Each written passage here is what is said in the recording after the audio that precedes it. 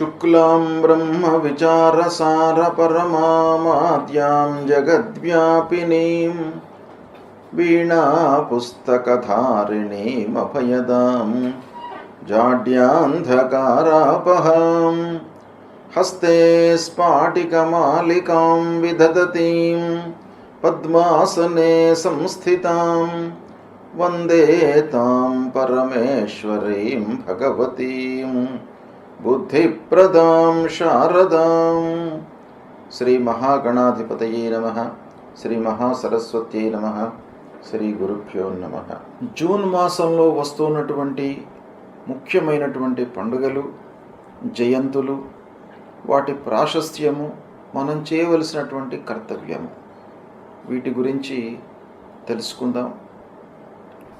ముందుగా జ్యేష్ఠ శుద్ధ దశమి గురువారం 5 జూన్ రోజున దశహర పాప దశమి వ్రతం.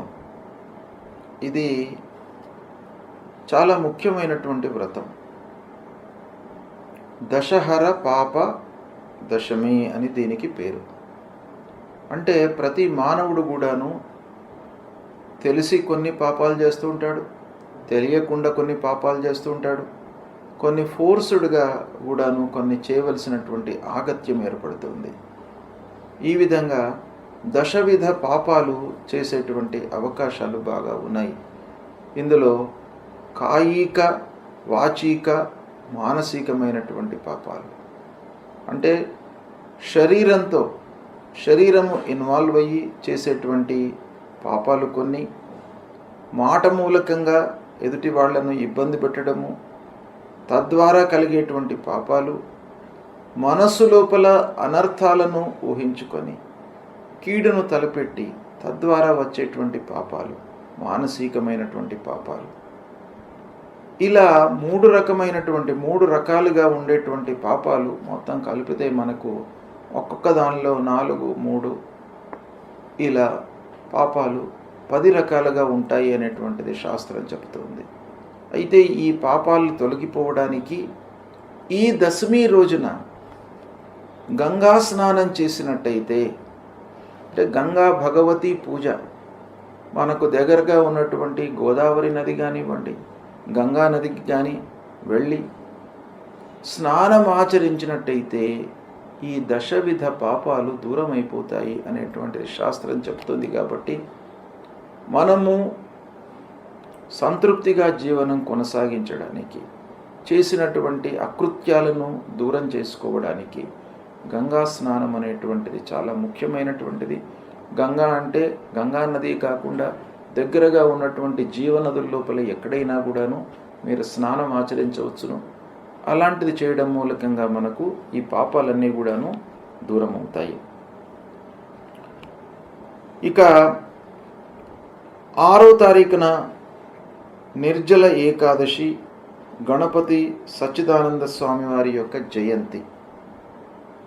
ఈ నిర్జల ఏకాదశి, మనకు ఏకాదశి వ్రతం చాలా ఉత్తమమైనటువంటి వ్రతం. అన్ని వ్రతాల్లో కూడాను ఏకాదశి వ్రతానికి అత్యంత ప్రాధాన్యత మన శాస్త్రంలో ఇవ్వబడింది. కాబట్టి మనము ప్రకృతి పరంగా, ఆరోగ్యపరంగా, శారీరకంగా మనం దృష్టిలో పెట్టుకున్నట్టయితే ఏకాదశి రోజున ఉపవాసం చేసి ద్వాదశి రోజున పారణ చేసినట్టయితే అద్భుతమైనటువంటి ఫలితాలు కలుగుతాయి.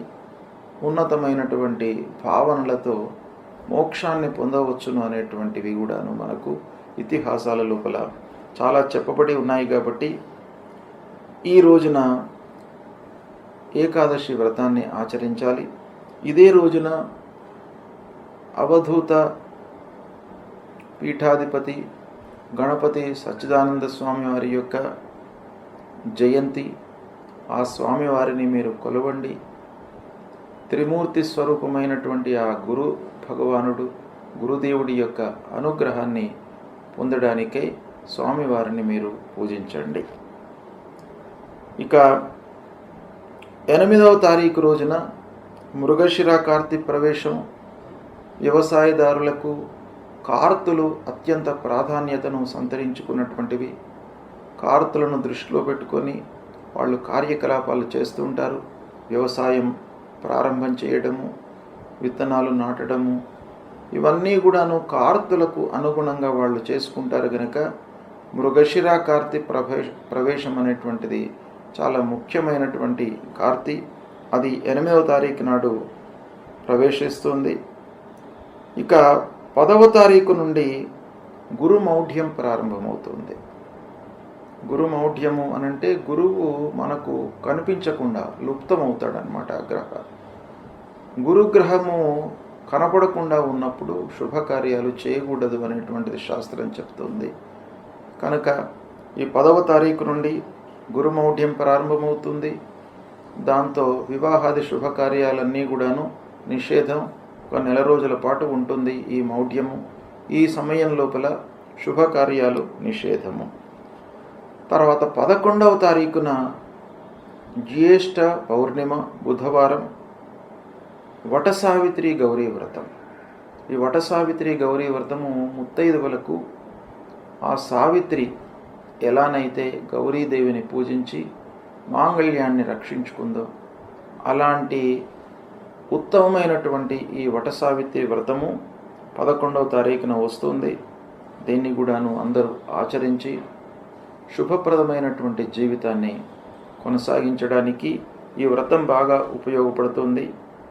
ఇక 14 జూన్ శనివారం సంకష్టహర చతుర్థి వ్రతం.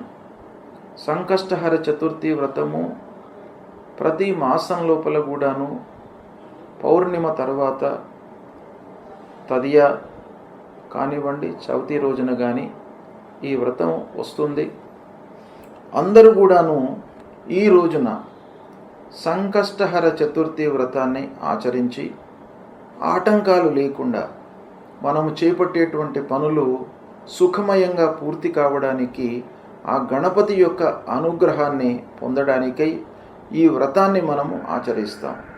ఈ వ్రతం లోపల ఉన్నటువంటి కర్తవ్యం ఏంటంటే, ఉదయం నుండి మనము ఉపవాసంతో ఉండి గణపతిని అర్చించి అభిషేకం చేసి సాయంకాలము చంద్రోదయం వరకు ఉపవాసము ఉండి చంద్రుణ్ణి చూసిన తరువాత ఉపవాస దీక్షను విరమించి అప్పుడు ఆ గణపతికి మళ్ళీ ఒకమారు ప్రార్థన చేసుకొని భుజించడము. ఇది ఈ సంకష్టహర చతుర్థి రోజున చేయవలసినటువంటి కర్తవ్యము.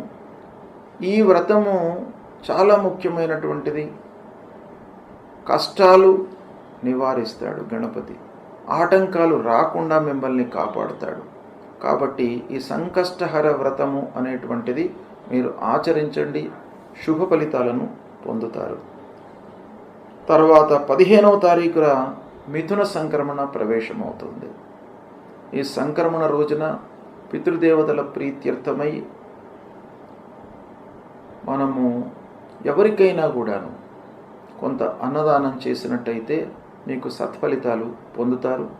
ప్రతి సంక్రమణ రోజున పితృదేవతల ప్రీత్యర్థమై మీరు ఒకరికి కానీ ఇద్దరికి కానీ మీకు ఎంతమందికి అనుకూలమైతే మీ శక్తి కొలది అన్నదానం చేయండి, సత్ఫలితాలను పొందుతారు.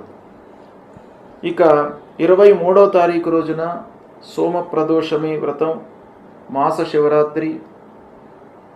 ఈ రెండు కూడాను ప్రదోషమి, మాస శివరాత్రి శివ వ్రతాలు.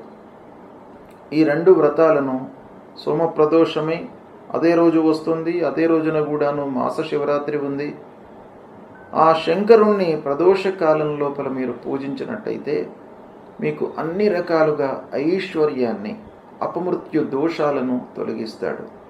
అపమృత్యు దోషాన్ని తొలగించి ఐశ్వర్యాన్ని ప్రసాదించేటువంటి ఆ శంకరుడు ఆ సోమప్రదోషమి రోజున మీరు పూజించినట్టయితే తప్పకుండా మీకు అనుగ్రహం లభిస్తుంది.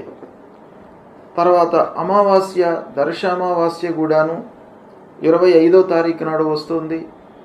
ఈ అమావాస్య రోజున కూడాను పితృదేవతల ప్రీత్యర్థమై మీరు అన్నదానం చేయండి.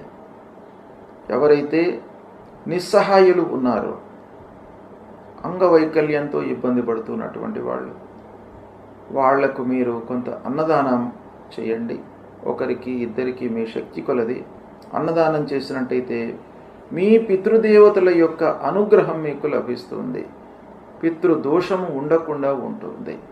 కాబట్టి ప్రతి అమావాస్య రోజున కూడాను మీరు ఈ కర్తవ్యాన్ని ఆచరించండి.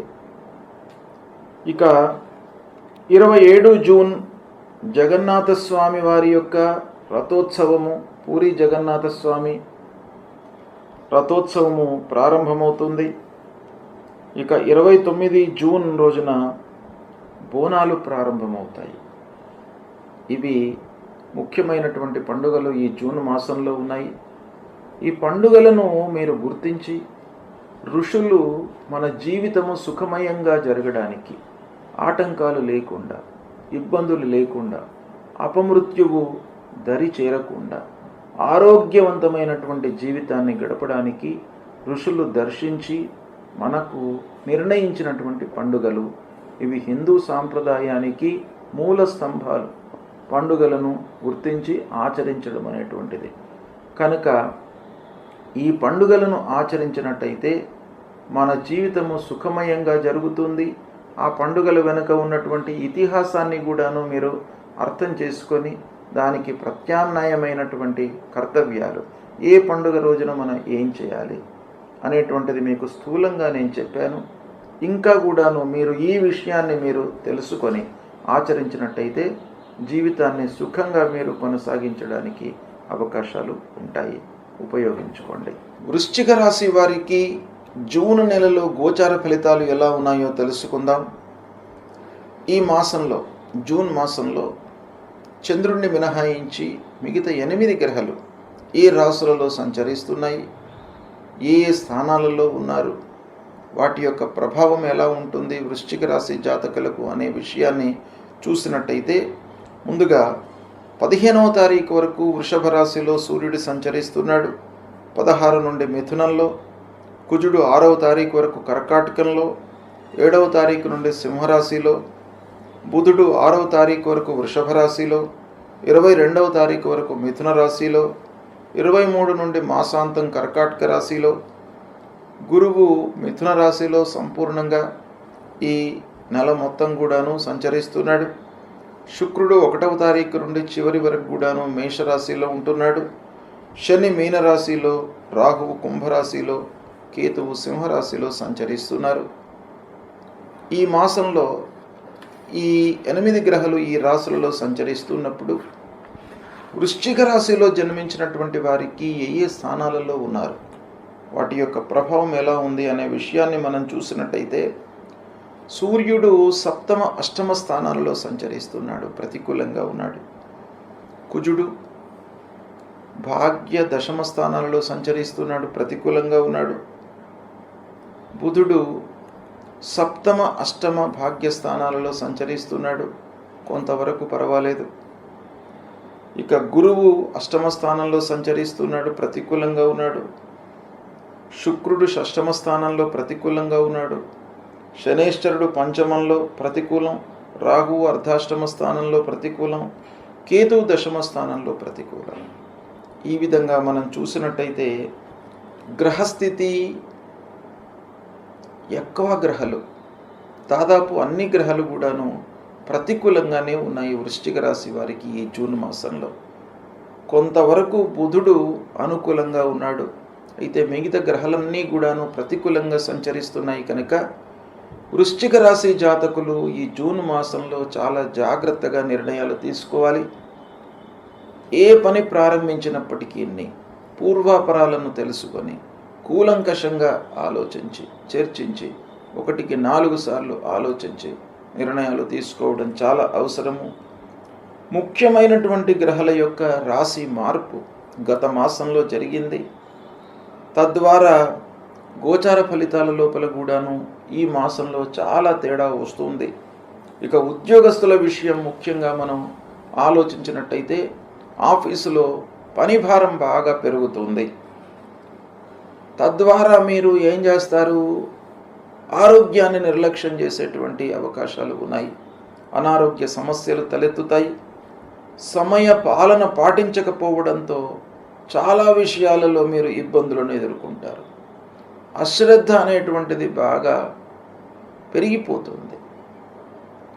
తద్వారా ఏమవుతుంది, మనం ముఖ్యమైనటువంటి పనులను ఇన్ టైంలో చేయకపోవడము, తద్వారా ఆర్థిక నష్టము, రుణాల బారిన పడడము, కలహాలు, మిస్అండర్స్టాండింగ్స్ ఇవన్నీ కూడాను సంభవించేటువంటి అవకాశాలు ఉన్నాయి. ఇక ప్రారంభించినటువంటి పనులలో బాగా ఆటంకం గోచరిస్తుంది. పూర్తి కావడంలో ఆలస్యము, కొన్ని పనులు మధ్యలోనే నిలిచిపోవడము, మీరు కొన్ని పనులను వదులుకోవడము ఇలాంటివి కనబడుతున్నాయి. రుణభారం పెరిగేటువంటి అవకాశం ఉంది. పిల్లల చదువు విషయంలో చదువు బాగానే కొనసాగుతుంది, కానీ హయ్యర్ ఎడ్యుకేషన్ విషయంలో కానివ్వండి, వేరే సంస్థలలో చేర్పించేటువంటి క్రమం లోపల ఆర్థిక స్థితి అనేటువంటిది అడ్డు వచ్చేటువంటి అవకాశం గోచరిస్తుంది. ఉన్నత విద్యకై విదేశీ ప్రయాణాలలో కొన్ని ఆటంకాలు కనపడుతున్నాయి. వాహన మూలకంగా వృధా ఖర్చులు ముందుకు వస్తాయి. బంధువర్గంతో, స్నేహితులతో ఇబ్బందులు. కొత్త పెట్టుబడులకు అనుకూల సమయం కాదు. చేతిలో ఉన్నటువంటి పనిని మీరు పూర్తి చేయడంపై మనసు నిలపడం అవసరము. చేతిలో ఉన్నటువంటి వ్యాపారం మట్టుకు లాభదాయకంగానే కొనసాగుతుంది. ఇక రాజకీయ ప్రభుత్వ పనులలో బాగా ఆటంకాలు, ఖర్చులు కనబడుతున్నాయి. కోర్టు వ్యవహారాల్లో కొంత అనుకూలత ఉంది. అయితే ప్రారంభించినటువంటి పనుల లోపల సమయస్ఫూర్తితో నిర్ణయాలు తీసుకోవడం చాలా అవసరము. కేవలము ఆలోచన వరకే కాకుండా వాటిని ఇంప్లిమెంటేషన్పై కూడాను మీరు మనస్సు నిలపాలి. ఏ విధంగా మనము ఆ పనిని చేపట్టాలి, ఏ విధంగా దాన్ని ఇంప్లిమెంట్ చేయాలి అనేటువంటి విషయంపై మనస్సు బాగా నిలపాలి. లేని పక్షంలో అనవసరమైనటువంటి నష్టాలకు మీరు ఎదుర్కోవలసినటువంటి స్థితి ఏర్పడుతుంది. ఆకస్మికమైనటువంటి ఖర్చులు ముందుకు వస్తాయి. మధ్యవర్తిత్వం వహించడం మూలకంగా కొన్ని అనవసరమైనటువంటి అపవాదులకు, విమర్శలకు గురి అయ్యేటువంటి అవకాశం బాగా కనబడుతుంది. కాబట్టి పెద్దరికంగా మీరు మధ్యవర్తిత్వము ఈ మాసంలో చేయకూడదు. మీ పని మీరు చేసుకుంటూ ముందుకు వెళ్ళడం చాలా అవసరము.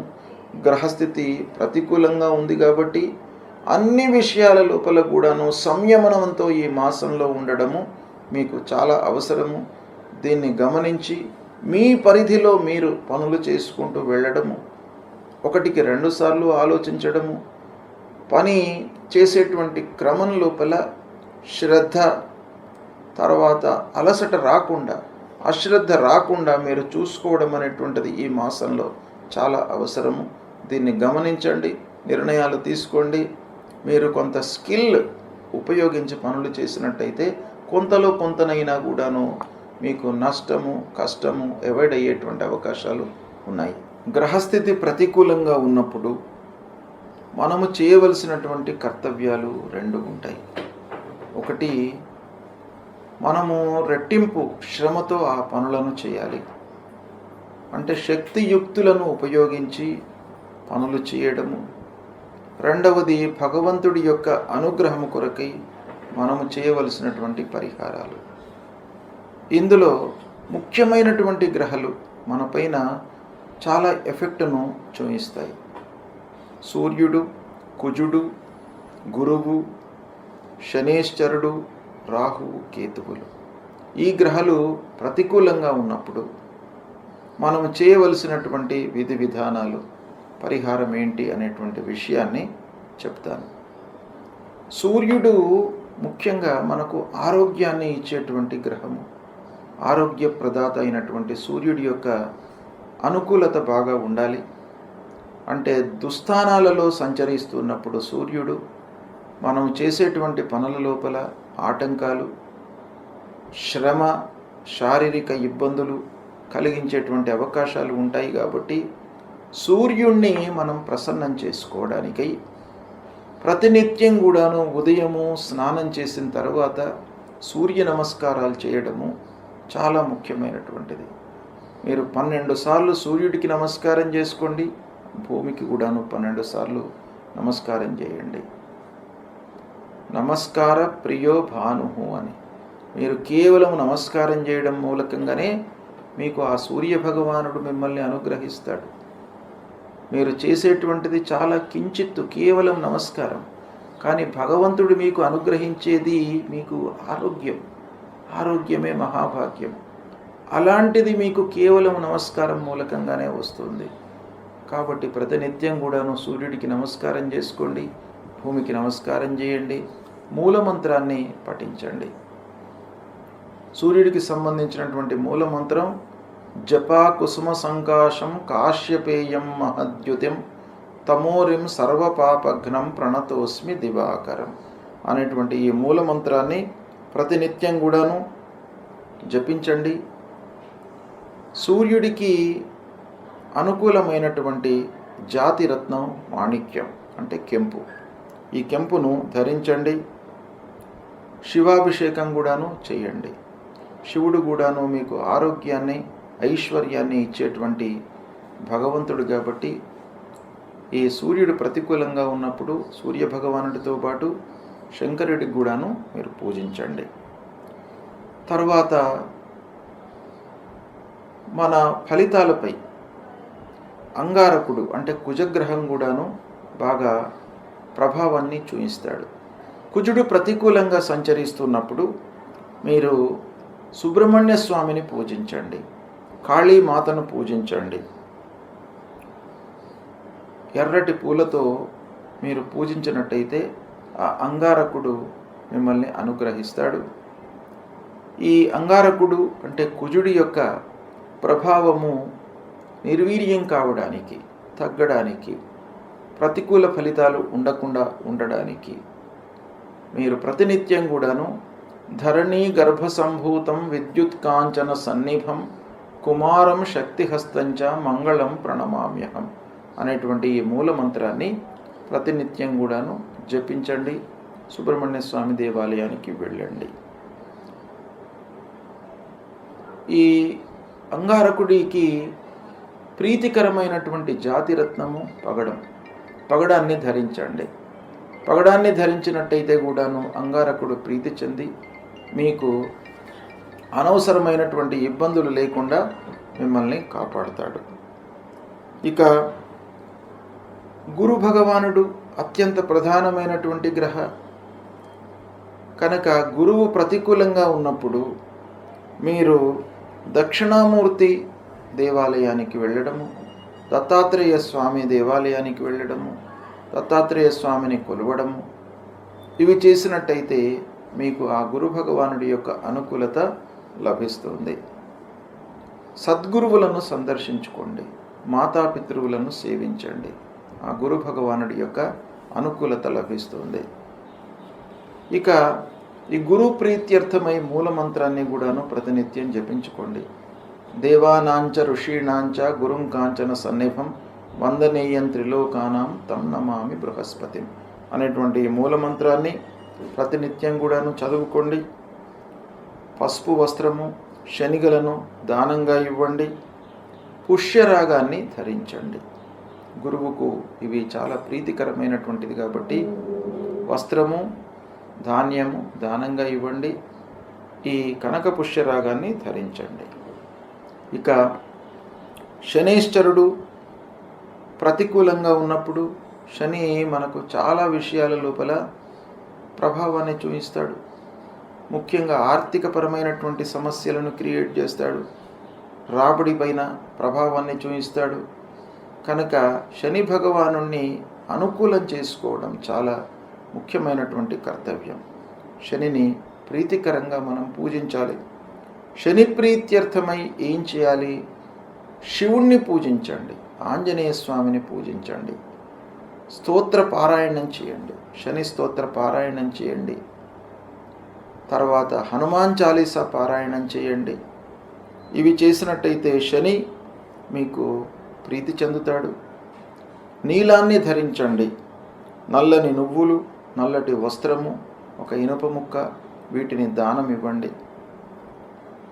ఇక శని ప్రీత్యర్థమై మీరు నీలాంజన సమాభాసం రవిపుత్రం యమాగ్రజం ఛాయా మార్తాండ సంభూతం తం నమామి శనైశ్చరం అనేటువంటి ఈ మూలమంత్రాన్ని ప్రతినిత్యం కూడాను జపించండి.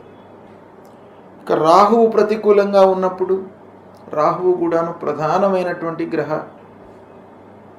ఛాయాగ్రహము, మనపైన మానసిక శారీరక ఇబ్బందులను క్రియేట్ చేసేటువంటి గ్రహము, అనవసరమైనటువంటి భయాన్ని కల్పించేటువంటి గ్రహము, ఆందోళనలకు గురి అయ్యేటువంటి అవకాశాలు రాహువు ప్రతికూలంగా ఉన్నప్పుడు బాగా ఉంటాయి. కాబట్టి రాహువును తప్పకుండా ప్రీతికరంగా మీరు చేసుకోవాలి. ఈ రాహు ప్రీత్యర్థమై దుర్గాదేవిని పూజించండి. మినుములు దానంగా ఇవ్వండి. గోమేధికాన్ని ధరించండి. దుర్గామాత దేవాలయానికి ప్రతినిత్యం కూడా వెళ్ళినట్టయితే రాహువు ప్రీతి చెందుతాడు. రాహు మూలకంగా కలిగేటువంటి దుష్ప్రభావం దూరమవుతుంది. ప్రతినిత్యం కూడాను మూలమంత్రాన్ని జపించండి. అర్ధకాయం మహావీర్యం చంద్రాదిత్య విమర్ధనం సింహికా గర్భసంభూతం తం రాహుం ప్రణమామ్యహం అనేటువంటి మూలమంత్రాన్ని ప్రతినిత్యం కూడాను జపించండి. ఇక కేతువు ప్రతికూలంగా ఉన్నప్పుడు మీరు ఏం చేయాలి? గణపతిని పూజించండి. ఆ గణాధిపతిని పూజించడం మూలకంగా ఆటంకాలు లేకుండా ఉంటాయి, ఆలస్యం జరగకుండా ఉంటాయి మనం చేపట్టినటువంటి కార్యక్రమాలలో. కనుక ఆ గణపతిని సేవించండి. గణపతి దేవాలయానికి వెళ్ళండి. ఉలువలు దానంగా ఇవ్వండి. వైడూర్యాన్ని ధరించండి. ఫలాశ పుష్ప సంకాశం తారక గ్రహమస్తకం రౌద్రం రుద్రాత్మకం ఘోరం తం కేతుం ప్రణమామ్యహం అనేటువంటి మూలమంత్రాన్ని ప్రతినిత్యం కూడాను చదువుకోండి. ఈ గ్రహాలకు సంబంధించిన ఈ మూలమంత్రాలే కాకుండా గ్రహస్థితి ప్రతికూలంగా ఉన్నప్పుడు, మీకు మానసికమైనటువంటి ఇబ్బందులు తలెత్తుతున్నప్పుడు, శారీరకమైనటువంటి ఇబ్బందులు ఎదురవుతున్నప్పుడు, ఆర్థికపరమైనటువంటి సమస్యలతో కొట్టుమిట్టాడుతున్నప్పుడు మీరు చేయవలసినటువంటి కర్తవ్యము లలితా సహస్రనామ పారాయణం చేసుకోండి. విష్ణు సహస్రనామ పారాయణం చేయండి. ఆదిత్య హృదయాన్ని చదువుకోండి. శివుణ్ణి పూజించండి. శివుని యొక్క దేవాలయానికి వెళ్ళి అభిషేకం చేయించండి. ఇవి చేసినట్టయితే మీకు గ్రహస్థితి మూలకంగా కలిగేటువంటి దుష్ప్రభావము దూరమవుతుంది. శుభ ఫలితాలను పొందుతారు.